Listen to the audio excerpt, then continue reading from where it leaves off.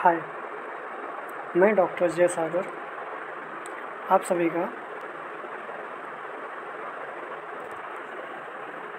Health and knowledge take में स्वागत करता हूँ। आज मैं डिस्कस करूँगा ऑस्टियोमाइलाइटिस, जिसमें हम 5 से 6 हेडलाइंस डिस्कस करेंगे। पहला है डेफिनेशन, दूसरा कॉजेज़, तीसरा क्लिनिकल प्रेजेंटेशन, चौथा इन्वेस्टिगेशन, देन पाँचवा conservative treatment, then surgical treatment, then rehabilitation. Now हम आते हैं definition and description of osteomyelitis. जैसे कि आपको दिख रहा है पीडीएफ में, डेफिनेशन क्या है? Osteomyelitis is a acute and chronic inflammatory condition of bone marrow and bone structure. अगर हम सिंपल भाषा में बात करें तो क्या है कि बोन का इन्फ्लेमेशन, जो भी इन्फेक्टेड कंडीशन होता है, उसको हम क्या कहते हैं? ऑस्टियोमाइलाइटिस। अगर हम इसको और आसान भाषा में समझें तो क्या कह सकते हैं? ऑस्टियो मीन्स होता है बोन, और मलाई मीन्स होता है बोन मैरो, आइटिस मीन्स होता है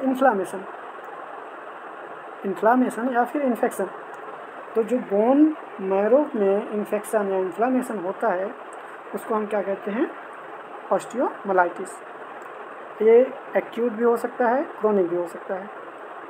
इसी को हम क्या जानते हैं? Infection of bone. ये मोस्टली क्या होता है? हिमेटोजेनस होता है।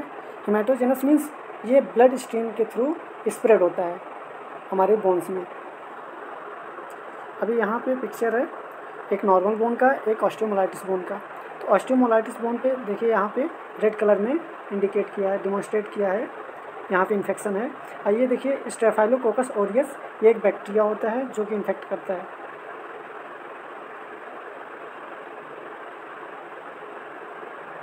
कॉजेज देखते हैं इसका। ऑस्टियोमाइलाइटिस किन किन चीज़ों से कॉज होता है, किन किन चीज़ों से होता है? Osteomyelitis is caused by many pathogenic organism. अगर हम बात करें पैथोजेनिक कौन से होते हैं? ऐसे ऑर्गेनिज्म जो कि डिसीज़ कॉज करते हैं। ठीक है, अब यहाँ पे क्या है? Staphylococcus, Pseudomonas and Mycobacterium tuberculosis. और ये जो माइकोबैक्टीरियम ट्यूबरक्लोसिस होगा तो यहाँ पे सेकेंडरी टीबी होगा, तभी बोन इन्फेक्शन हो सकता है, उसके पहले नहीं होगा। क्योंकि पहले जो भी हमारा प्राइमरी जो ट्यूबरक्लोसिस होता है वो लंग्स में होता है, देन सेकेंडरी क्या होता है? वो स्प्रेड होता है बॉडी के अदर ऑर्गन्स में। ठीक है, आगे बोन इन्फेक्शन में कॉम्प्लिकेटेड अ कंपाउंड फ्रैक्चर, यानी जो बोन का इन्फेक्शन होता है वो कैसे हो सकता है? किसी चीज़ के कॉम्प्लिकेशंस की वजह से। जैसे कि अगर कंपाउंड फ्रैक्चर हुआ हो, यानी बोन का कोई फ्रैक्चर हुआ हो, तो उसकी वजह से इन्फेक्शन हो जाता है, और इन्फेक्शन के बाद जो वो इन्फेक्शन बोन में पहुंचने लगता है तो उसको हम क्या कहते हैं? ऑस्टियोमाइलाइटिस कहते हैं। दूसरा क्या है? Penetrating injury. Penetrating injury means ऐसा कोई चुभने वाला, जैसे कोई चीज़ चुभ गई हो, किसी चीज़ से इंजर्ड हो गया हो, उसकी वजह से इन्फेक्शन हुआ और बोन तक पहुंच गया, तो भी हम क्या कहेंगे? उसको ऑस्टियोमाइलाइटिस कहेंगे। Then orthopaedic surgery. ये कई बार क्या होता है कि आर्थोपेडिक सर्जरी हुई, सर्जरी के बाद भी क्या होता है कि अगर उस वुंड को सही से केयर नहीं किया गया, सही से ध्यान नहीं दिया गया, तो भी क्या होता है? उसमें इन्फेक्शन आ जाता है। तो इन्फेक्शन आ जाता है तो वो बोन तक पहुंचता है, और जिसको बोन तक पहुंच के वो क्या बना लेता है? ऑस्टियोमाइलाइटिस बना लेता है।